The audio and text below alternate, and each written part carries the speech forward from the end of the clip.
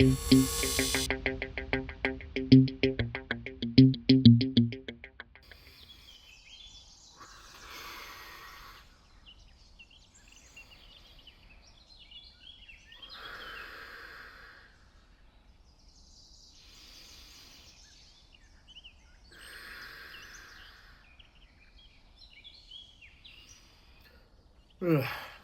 I tried it, Johnny, but I still think you're a.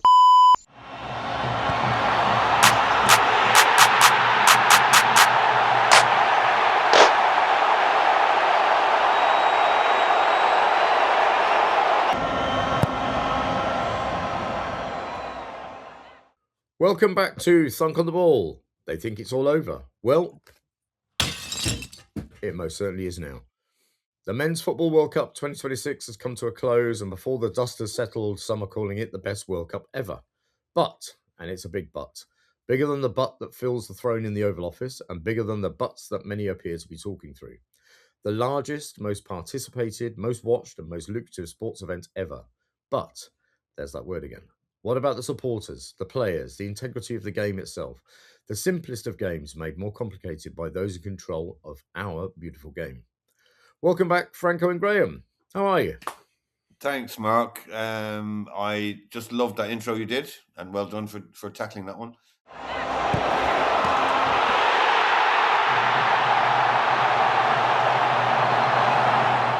Highs and lows. Have you basically enjoyed this World Cup? What do you think? Well, from my point of view, I slept through quite a bit of it because of the early morning kickoffs and what have you. Beautiful games lasted a lot longer than it did before because of the dehydration breaks, the lengthened half-time breaks, all the stoppages, all that stuff. Every game is becoming like an American football game, isn't it? 3 hours. You're talking 3 hours instead of, an hour and a half that it used to be before the World Cup. Yeah. I think certainly when you get to what happened in the final, which I think has upset a lot of football fans, real football fans, who basically say, what was that nonsense in the middle? And obviously there was a bit at the beginning which I missed, probably thankfully. I think it's because I was watching something else at the time. I mean, obviously the Americans got hold of it, and we can't just blame the Americans. I think FIFA themselves have sold football soul to the highest bidder. But yes, absolutely right, Mark. And I think when you look at it, it's like, hold on a second, FIFA, be on their own sort of backs, are just making the rules they want. They're actually not thinking about the grass, sort of the idea of what football is, and they're using that. And they're just making the rules up. We're going to do this, we're going to do that, and like that's, and it's ultimately Infantino who's obviously in the pockets of various people. And I think Americanizing the game, our game of football, the beautiful game of football that we all love and adore, has been I think that's a travesty at the end of this game, end of this tournament. And I think the fact that FIFA can just suddenly make these rules up, there was going to be a longer break, there's going to be hydration breaks. I think that in itself, and let's not even get onto the whole Trump bringing up about the red card thing, which we probably will talk about later. Oh, disgraceful. It's all for advertising, don't we? We know everything is aimed at getting more money in FIFA, yet FIFA are a non-profit making organisation, so why are they bothering with that? Charge everybody a tenner to get in and have the most amazing atmosphere ever, Yeah, exactly. Yeah. Well, that's the thing. I think a lot of the money, because obviously, I don't know whether you heard that they've reportedly taken 15 billion. I don't know whether that's just pure turnover or whether there's a profit in that 15 billion. But it's a lot of money either way you look at it. And as you say, for non-profit, what are they going to do with all of that? That's one hell of a war chest for Infantino to defend his presidency, which he will do undoubtedly. And I've already heard that 200 nations out of about 205 have backed him. Yeah. So it seems like a done deal, which just makes you think that brown paper envelopes are still moving swiftly around the world as we speak. Exactly, it's envelopes for us. Yeah. Say that again.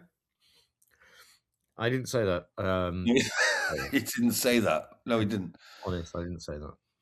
It is. I may have suggested it. But I don't know. It was Franco who said it. I mean, have a chat with Jeff Bezos. He thinks that brown paper envelopes, cardboard envelopes flying around the planet is a good thing. So they're argue that one. Thank you.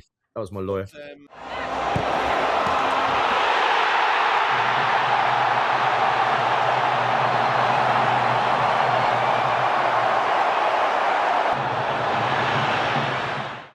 Wearing your Franco Facto hat, have you got any facts on the, or do you want me to do that? Do you want to do the Franco Facto? Because, or have you dropped the Susie Den look? I notice you're not looking so much like Susie Den today. So, what's going on, Franco?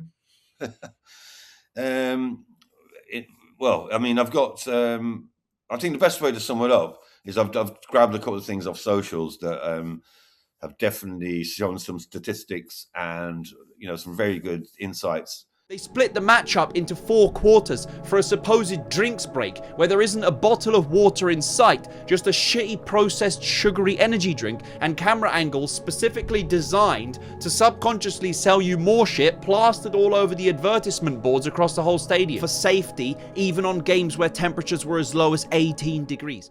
First things first, let's talk about the revenue lolly maker, which is the rehydration game. Let's have a look at the old scoreboard. How goes the toilet? Yeah. I'm not that rehydration game. I love the fact. What's that? Come toilet. Goblets. Homo biscuit. Yeah. Did he do well?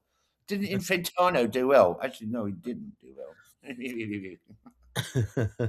So just to jump into your shoes, hats, whatever it is, Franco, that Franco Fracto wears these days, who knows?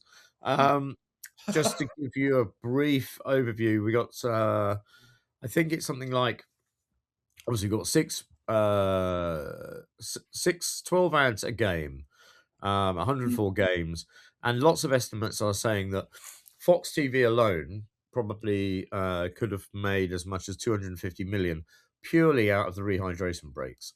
No way. And the ad revenue alone for the rehydration breaks could be, I mean, it's a difficult one because nobody's got the rate cards, and obviously it's not the kind of information that everybody's running around shouting about.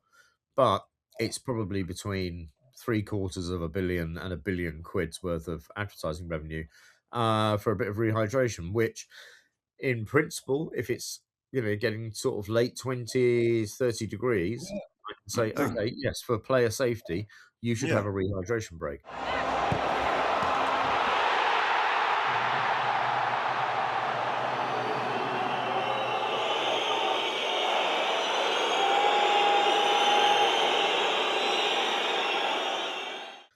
Delivered to us as a fait accompli, and suddenly we are faced with that in an air-conned stadium, which is probably 22 degrees or whatever, if that. Because there were guys talking. I was reading a journalist report about this again around the whole rehydration break, and he said that they were in air-conditioned stadiums to the point where people had to put jackets on. It was that cold. Right, yeah, literally. And that's what I've heard. Yeah, so basically, you do want to run around to stay warm. So the question is, Graham, is the hydration break here to stay? I think it is, but I'm not happy about that. I think, if there's money to be made, we're going to be landed with playing in hot countries basically for the next 20 years. Right. So that Infantino and his crew can get a nice bonus at the end, because you've got to take the wages out of that turnover, haven't you? And you've got to take the bonuses out, and I'm sure there'll be a lot of bonuses flying around. Oh God, yeah. I mean, interesting enough, because UEFA obviously have the Euros in 2 years' time. It's going to be in the UK, so if it's like this year, it's going to be too hot. It's between the UK and Ireland are going to play some games as well, and that's basically just wet all the time, as we know. But yeah, but it's even been hot in Ireland. This it has been hot. Yeah. I mean, it's crazy. So But UEFA, of course, over the red card thing, apparently, as I hear, I haven't had it confirmed, they didn't take up their seat at the final. Yeah, I read that. However many. Really? So, yeah, they snubbed it in protest. in protest. Okay. Well, I didn't know that. Yeah. I mean, they should have given the tickets to some people who couldn't get a ticket for the game, but I think they just left the seats empty to make a protest. I have a little proposal to make. I think, in honour of the late, great, little drugged up hero, Diego Maradona, turn off the VAR. Turn it off. One night, let's have fun again. Let's allow a bit of trickery, a sleight of hand. Let the crooks run riot, you know? Imagine that. Remember the lift it gave the world when Maradona just boxed the ball into the goal. England cheated out of the World Cup. That's fun. That gets everyone going.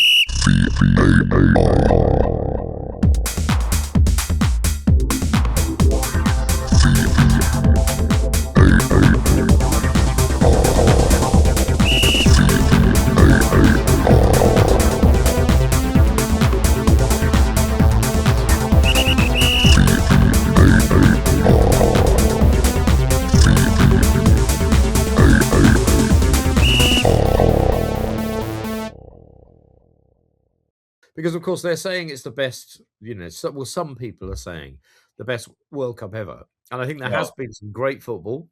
Yeah. But the 48-team format, is it a winner? It's certainly not going to go down from that for the next one. And, of course, we know that Infantino, with his war chest of 15 billion, is going to be pushing for 64 at 2030. I know that's a lot of figures. It's enough, isn't it? I mean, it's going to go on for 2 months for a start, the competition, if they have all these other countries taking part. Yeah. Then what about injuries to players? Clubs are going to go berserk, aren't they? Because they're going to get the players back exhausted, injured, and not ready to start their own seasons. And that's a very good point, because, of course, whether or not it's the clubs who basically pay their wages for most of the year. Yeah. Well, for the whole of the year, probably. They're not going to want to see them play more games, are they? What was the amount of games it took to win the World Cup before? I think it was still 7, wasn't it? So I don't think the amount of games has gone up. Yeah, it used to be 7, didn't it? Yeah. So it's in 1970, because Jairzinho scored in every game, didn't he? Yeah, that's right. Yeah. So it's still 7 games, but I don't know how they're going to achieve that with 64 teams. Yeah. I mean, I think Infantino's sort of argument for it is that we need other countries to participate that never get a look in. Is what that's his sort of Well, he's talking about Wales. Well, yeah, I mean Wales, bicycle Wales. And that's why I think that's what he's trying to. That's his presentation. Is like, I can't wait to see the team from the Falkland Islands. Well, yeah, they get playing Argentina in the opening game. They're ready to open the doors to the world. Going back to what were the high points for me in terms of football. I thought even though it was the bronze place, the England-France game for me was actually really it was what football is like, end to end, almost like basketball, back and forward. And do you know what? The loveliest thing about that was the spirit that the game was played in. And if you saw all those guys at the end of the game, literally French and English guys all huddled around going, I think that was the right spirit, wasn't it? In comparison to what the final ended up being.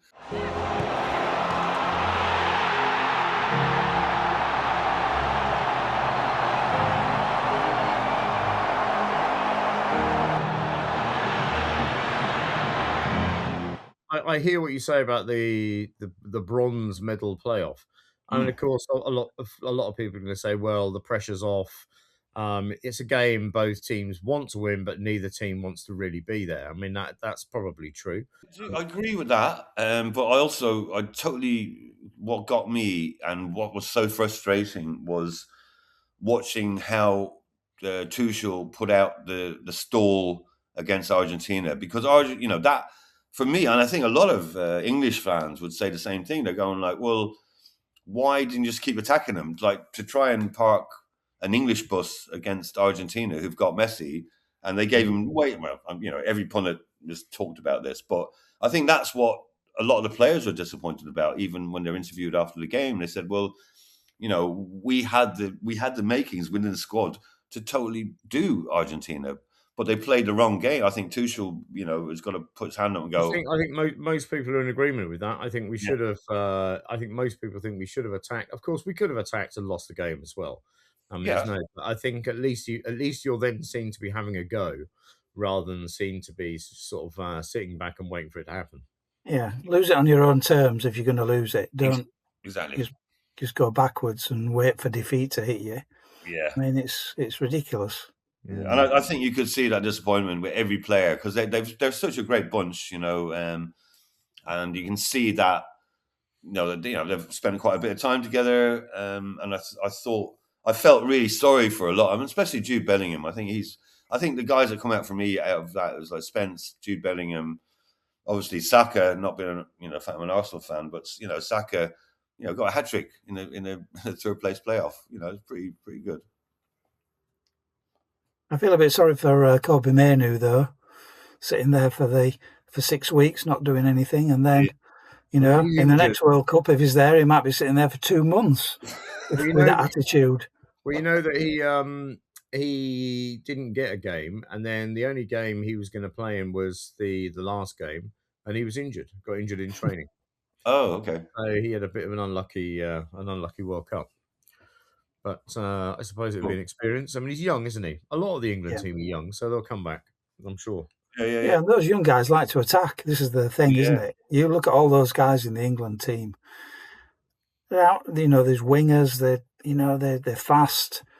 They've got the skills, and yet they were like suppressed, weren't they, by the manager? Really? Yeah, I think. Yeah. Anyway, when all the teams out there are probably scared of England if they go out and play their own game. Yeah, I think so. Yeah, they should be. But, Anyway, well done, England. I say, I think they did the country proud, and to love that spirit. And as I said, I think my high point was not just the entertainment of that game against France, was actually the spirit of both teams, and that is what that's what FIFA should be. And let's not get onto the halftime show or shit show. Well, this is what I was going to bring you onto. I mean, what about the final? Because I think most people are quite glad that it actually ended with Spain being the victors. I think Argentina turned up to spoil. Interesting enough, Madonna turned up to spoil as well, but I'm not so sure she was succeeded. He played an absolute blinder. Yeah. So what do we think? I mean, the final, the right winners. I mean, obviously, Franco, you predicted Spain. You went for the favourites very early on. Oh, did I? Well done, you. Yeah. The football guru. Yes. Yeah. So less said about that, the better. And I think I'm glad that the best team across the you think about it, they only let one goal in basically across the whole thing. The goalkeeper got and they should have really smashed Argentina though, shouldn't they? They nearly did. 4 or 5-0. That's what we wanted. Yeah, we did. Yeah. And if you go back to look at some of the fouls that were committed, but I think the referee, it switched to a lot of yellow cards to Argentina because they were absolutely filthy. And they were they're chopping guys down, chopping them down. Here's a question for you, Franco. I think Graham might know the answer to this one. Which team played against both finalists in 90 minutes and nobody could score against them? Which team played against both finalists? Oh, Cape Verde. Well done. Thank you. Well done. Graham, we've got a problem with you again. Oh, no. Participant Graham is having a problem. This always happens around this time, doesn't it? Sorry, Graham. So we're going to stop recording, then we'll start again.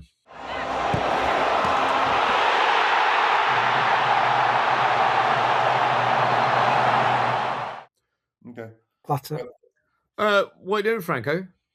I'm actually copying my balls in the air at the moment. Very interesting you to say that because we've been talking about numbers quite a lot in this show. And speaking of numbers, we've been talking about big numbers. What about reduced numbers? Have either of you had your sperm counted recently? Oh, Not recently. you know Not in what? the last 2 hours. Yeah. Well, do you know what? To be honest, mate, I couldn't give a toss about that. So obviously, yeah, probably we're not really the demographic for this because I think we've all sown our seed with our children, etc. So, given the ages that we are, yeah, Franco's gone straight in there with a bit of boastful, straight in there. Oh, he's frozen now. He's frozen between two balls. Have you ever had your balls frozen? Big frozen balls. Anyway, so apparently sperm counts are on the decrease. And interesting enough, one of the main advertisers, Dove, are for the World Cup. Sorry, Mark. Sorry, you lost it. Come again? Did you lose me? Come again? Shut up. I think he's playing a practical joke on you, Mark. I know he's playing a practical joke, but the thing is, he interrupted me now, hasn't he? Oh, God. He's freezing. It's really unnerving. What would David Coleman have done? What would he have done? What was who? David Coleman. What would he have done? Coleman balls. Anyway, it's not a laughing matter. Here is a video by Greenpeace about this very subject. Check it out.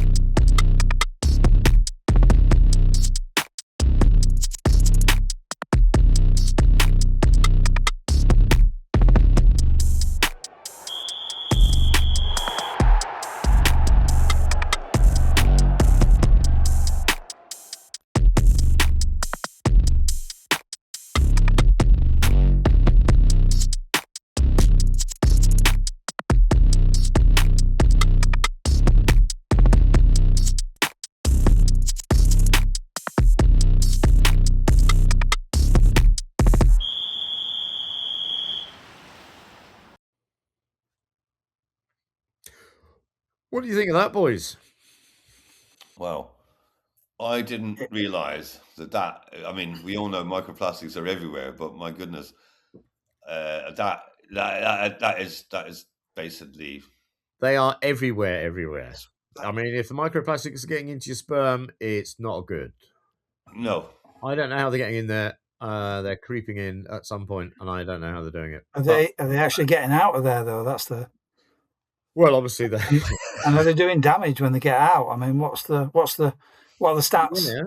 Well, you can only imagine it's going to cause problems in the creation of babies. And obviously, Dove are quite a big part of the ad stuff around the World Cup as well. So, they're big. Yeah, I mean, they've got a good roster of advertisers. Aramco, obviously the key advertiser, Drill Baby Drill, all the way from Saudi. I mean, let's not go there. Anything else? You know what? Sorry, on the ad, I saw two, literally one yesterday, one today. Just talk about advertising. The loveliest one I saw was a number 23 bus coming to Shoreditch, and they changed the name to destination to Bellingham, and I thought, wow, that's so sweet, lovely. Then getting off at Old Street, the poster, and it's like, we're really proud of you boys, right? And it's the three of the England, like Saka, Bellingham, and Kane, whatever. And it's Pepsi Cola at the bottom. I just went like, oh. You know what I mean? It's that for a Bellingham on the bus.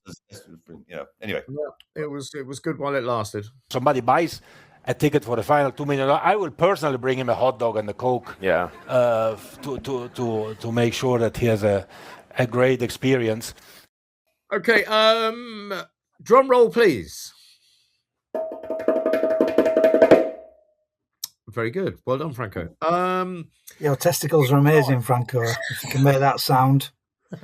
Just think how good it'll be if you actually get a drum. Fantastic. You know, the more my sperm count goes down, the higher the pitch my drum is. It's the long-awaited, most anticipated event of the year after the World Cup final. I would say, just a close push. It's the Thunk on the Ball World Cup 26 Awards. Hey, woo! Yeah. Now, obviously, we were going to do this at the Dorchester, or in Dorchester, in a pub in Dorchester. But it was closed for refurbishment, so we couldn't. We are delighted to welcome to our award show tonight a very special guest, Mr. Hannibal Lecter. We had a bit of a problem with earlier. He's we've had to mask him up because he bit the producer earlier. The producers had to go home because he's a bit upset. He didn't have any plasters with him here. So so guys, we're going to call out the nominees, and then Mr. Hannibal Lecter is going to announce the winner. Are we ready? This is very exciting. Very exciting. Shall I just remind me how many? We have a few categories for this, yeah. We have a few categories. Do you want to hear all the categories? I think it'd be good just to know what we're. Don't worry, this is not like the Oscars. Just in case you're all turning your TVs off now, this is a very small awards, but very poignant and very special. I think. Poignant. Okay. We have Player of the Tournament. Okay. We have the How Low You Can Go Award for services to dramatic interpretation and blatant fakery. Oh. We have the competition's biggest rogue award. We have the Best Fans Award. We have the special award. This is our special award for the A-lister who understands the nuances of football. Nice. And we have the best tight maneuver of a bus in a small area. Parking brackets. Fantastic. The first award is for the player of the tournament, and the nominees are Messi, Lamelle, Kane, and Mbappe. And the winner is a lovely set of calves. The winner is Kylian Mbappe. Ooh. hey. Oh. Well deserved. Well deserved.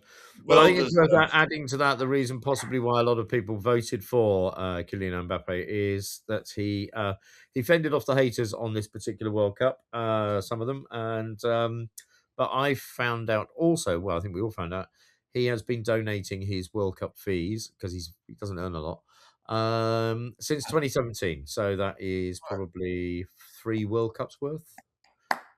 No, it's 2. Yeah, 3 World Cups worth. 2018, 2022, and 2026.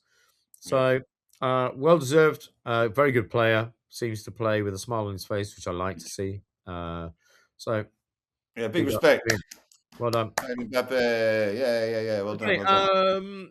And who's going to take over the How Low Can You Go award? Well, I'll do that one. Yeah. Yeah. So, second award up to be given away. We have the How Low Can You Go award. And that's basically for services to dramatic interpretation and blatant fakery. And if you wait for it, the nominees are... Quite a lot of nominees for this one. We've had to cut that down. We can only have 4. Yes. But the nominees are Kane, Messi, Mbappe, and Lamelle. Ooh, tricky. Okay. And if I open this envelope, pretend envelope, and the winner is... Unlike Dracula, he loves a good steak.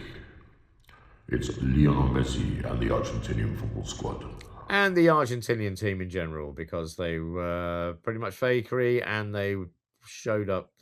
I think they showed the world not so wholesome and... Totally. And, it's like what was said earlier. A slightly gnarly, unpleasant side of football. Horrible. So, yep, they all deserve a bit of an award that You know, yeah. I say boo to Argentina, and it's shame the fact that they have to take it that low, and it just says no class, you know. And as I said earlier, the comparison between the France-England game as a spirit of football versus, you know, the Argentinian-Spain final, which was, you know, sad. So I think definitely that's a well-deserved award for Argentina. Argentina haven't improved over this since the 1960s. They're exactly where they were. They were fouling fakers back then, and that's exactly what they are now. Apart from maybe in 1978. Yes, and I think that was Kempes and all that as well. That was their home game, wasn't it? The home tournament. They were brilliant in that tournament. They were. But apart from that, they've been scheming cheaters.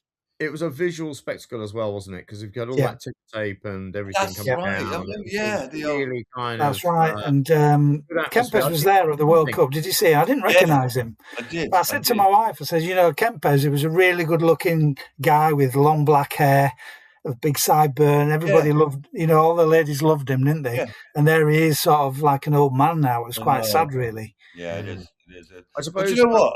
When you think about 1978, that was probably a good advert for Argentina and the Argentinian people and the fans and the football team. It's a shame that obviously this World Cup was the antithesis of that, and you know, didn't show such a pleasant side to the game. Yeah. And I also say I think Argentinian fans aren't really football fans; they are Argentina fans, and I think there's quite a distinction between them. Exactly, Mark.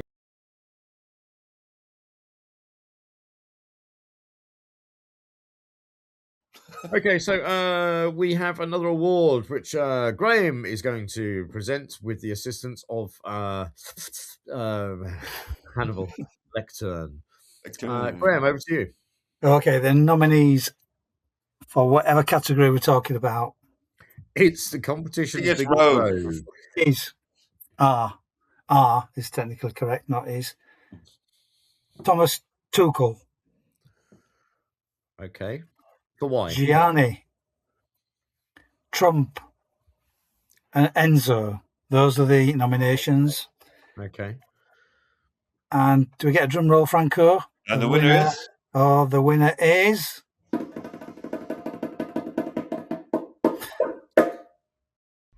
Is the king of the rogues, Gianni Infantino.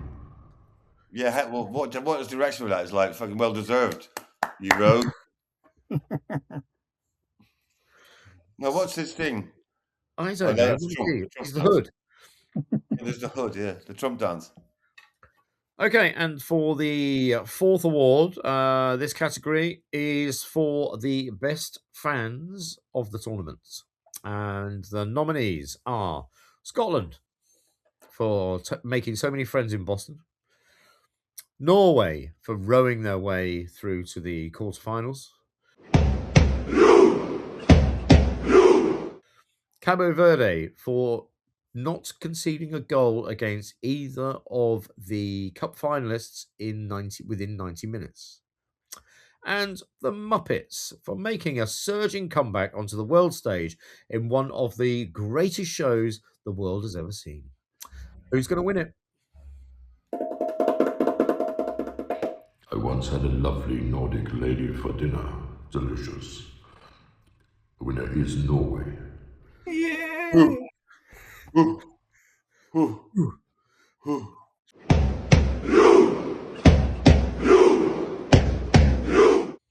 So the next award up in the category of the A-lister who actually understands football, and we have, as normal, 4 nominees, and they are Robbie Williams, Mick Jagger, Will Ferrell, and Posh Spice. And let me open the envelope. No, I'm not opening the envelope. Lecter is. Sorry, Hannibal Lectern seems to have eaten the envelope.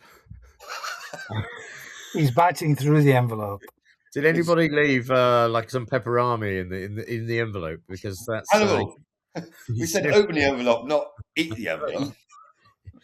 So we'll never know who won that award. We'll never know. But anyway, drum roll, please. Have to just push that one over until next year. I think Anyway. they deserve a clap for just being there and being seen, because it wasn't easy to be seen in that big crowd. Well done. Well done, I wonder how much PR people had to do with knowing where they were and what seat number and what camera. It's difficult. Yeah. I'm sorry not to see that Mick Jagger didn't win the award, because he actually left his toothbrush behind in his seat. So I'll give it back to him in 4 years if he's still with us. Well, as I say, you can't always get what you want. Apparently, so many drugs in his body that since 1978 he's been legally part of Colombia. That's a beautiful piece of gold. Thankfully, you'll be pleased to know the last award of the evening, and this was sponsored by Mattel Diecast Toys. The best tight maneuver of a bus, open brackets, parking, close brackets. And the nominees are England v Mexico, Congo versus England, Argentina v Spain, and the Scottish Fan Club. I don't know what you think about that, boys, but it's going to be yeah, okay. Who's the winner? And the winner is... I prefer raw to deep fried. The winner is the Scotland Fan Club. They had more buses to park than anybody else, and they did it well. I don't know whether they were driving them. No Scotland, no party. No Scotland, no party. I think certainly what they did in Boston with their buses deserves an award of some sort. Let's face it, most of them are still there. They've probably married up half of Boston women now by now. Still standing at the bar waiting to be served. Yeah. Get another round in. Yeah. No, fair play to Scottish. I think they were a real that concludes the Thunk on the Ball awards for this particular World Cup. There will be more Thunk on the Ball awards in the future, obviously surrounding any major footballing or ball-shaped tournament. So just like to say thank you, Hannah Alexa. You've done an amazing job. If you could take him away now, please, guards. Thank you. Thanks, Hannibal. Go. No, you can't. That's a hole where he belongs.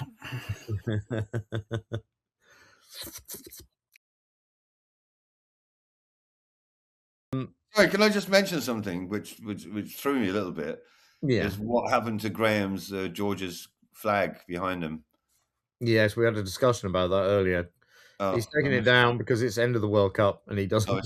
He seems to be by his neighbours to be one of those people who likes to. In fact, he's going to put it on the lamppost outside. I suppose if you think about soft power with, if you think about the German World Cup, it was an example of how a country can embrace every other nation visiting and actually came out of it looking pretty good. Qatar was a tricky one because, of course, they moved the World Cup to the winter, and then, of course, there's all that terrible stuff about the building of stadiums and the footprint and the deaths of workers, etc. And I suppose soft power. It would be interesting to see what the fallout is from this. But I just read something the other day which stated, for prospective hosts planning their own turn on this stage, the 2026 World Cup may prove to be a far more instructive case study in failure than success. Yeah. And is it on that trajectory that they're actually getting worse? If you take Qatar, you take the fact that England should have had it in the bag, after it went to Russia again, and it just seems to be getting worse and worse. It's like I think for a general sort of football fan of football, but also world football, it's like this is only going one way, to the point where who's gonna stop it? There are talks especially UEFA saying, well, is FIFA over? Is this could it be the demise of them controlling the whole federation of football, because they're acting like absolute dickheads?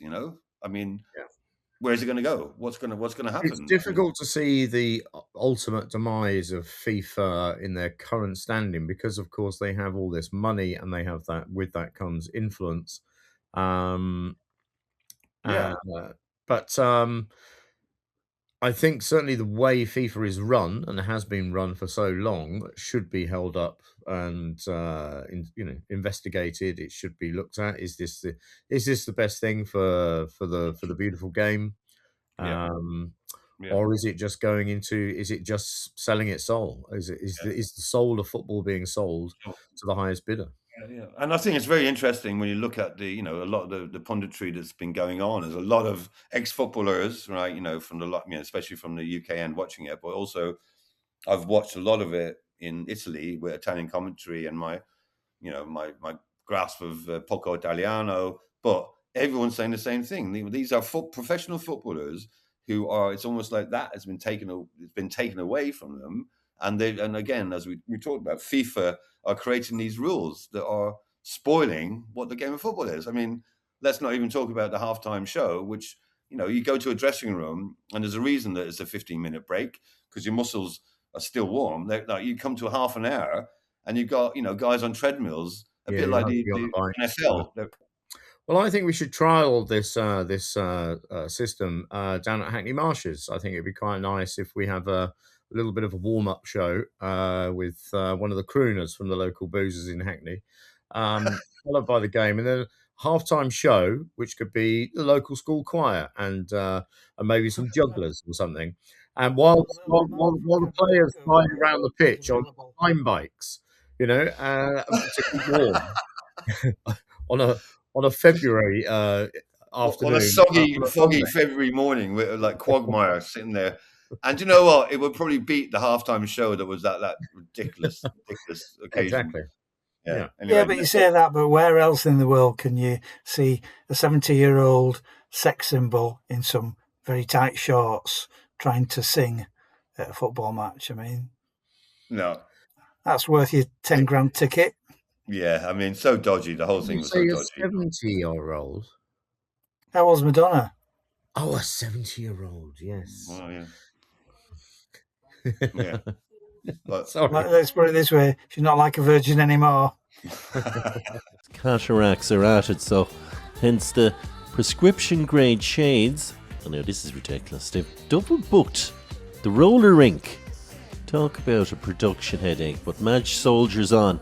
Ever the professional. Yeah, this is Madonna's specially commissioned mobility scooter for the elderly, allowing her to have orgies in it. The works. It's a big step forward for equality for the elderly. So I think just rounding up, Spain are worthy winners. They and thankfully they did win, because I was thinking if it got to a penalty shootout, it would level things up too much. They were obviously the better team. They were the team who wanted to win it, and they are the team that won it. So fair play, worthy champions. And in celebration of that, Franco, I believe we have a special edition of Beer We Go this evening. We're doing Denmark, and I don't know if you remember earlier in the tournament, we were doing our drinks, and I think we went to the Spanish beers, but I think in celebration of the Spanish win and world champions, I'm going to pop a San Miguel open. Oh, well done. Very done. I've done that before. Pour a little bit of that in there in a glass, and I want to salute the Spanish. And hang on, we haven't introduced our beers yet. You're racing ahead of us. Sorry. Yeah, Franco. I've just done an open. Rein it in. I've got the Madri beer. Well, you haven't got much of your Madri left there, Graham. Have you been? No, I started celebrating way back. probably. Little Madri. It looks like a urine sample now. It's just like the Spanish midfield. It's smooth. It's a technical beer, and it never lets you down. Nice. It's just got a little kick to it, though. I bet it's got a little kick. It has got a little kick to it. Yeah. From an Argentine fellow. Well, I have gone for what I actually think is a rather fine Spanish beer. It's Modelo. Yes. And this is, look at the packaging. I mean, it screams quality. And screams price. I don't know what cheers is in Spain. Salute. Salud. Salute. Up your bum. Vamos España. Vamos. Vamos España. And well done, Spain, for the win. Actually, have a look at this, Mark. Something I picked up on socials.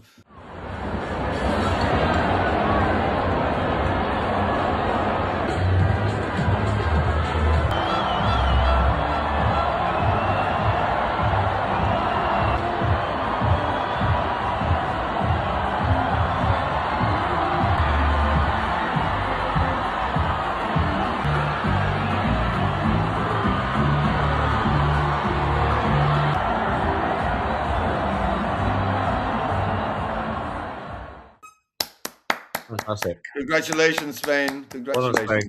Well done. Well deserved. And predicted by Franco Effecto. Oh, you had to get that one in there. It. Well done. Yep. You just slotted that one in there. Well done. Well, thanks, guys. That's the oh, hang on. What's this? I got a phone call. Oh, hello. Oh, Gianni. Yes, yeah. Yeah, we have been talking about you. Yeah. Good lawyer. I don't know about that. I don't think we've got a lawyer, but what's that? The most successful, best ever. More revenue, more goals. Yeah, no. We've been talking about all of that. But have you listened to the show? Because yeah, you liked bits of it. Okay, well that's good. That's what it's all about. You've never been in bed with him. That's all fake news, is it? Okay, I understand. Yeah, that's fine. No, Gianni did actually call me. He hung up 10 minutes ago during one of the outtakes. What's that, Gianni? It's a fake phone. Yes. Anyway, you guys chat amongst yourselves. Me and Gianni now. Yeah, well, do you know what? I'm going to cheers the Spanish because I've got a bit of me San Miguel left. Okay. And Graham, listen as well. It's been nice with you over the last few shows, and thanks for your input. Oh, and thanks, Franco. Cheers, Mark. And Mark's still is he gone? Well, no, he's still hanging on because he's waiting. But he said he's now listening to Franco. He says he really likes Franco. He's putting some more money into the phone. He's got a brother called Franco. We're ready to open the doors to the world. Thank you for watching Thunk on the Ball. And before we go, I would like to send a message to Gianni Infantino. Assuming he will hold on to his role as president, as there are probably 200 plus international reasons, he probably will. How about FIFA? You put your money where your collective mouths are and support grassroots activism that cherishes the beautiful game, but believes it can only truly flourish on a planet and with a global community that is nurtured and cared for. Surely these two should go hand in hand.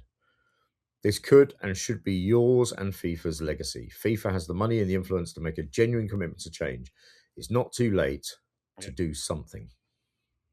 Okay. Yeah.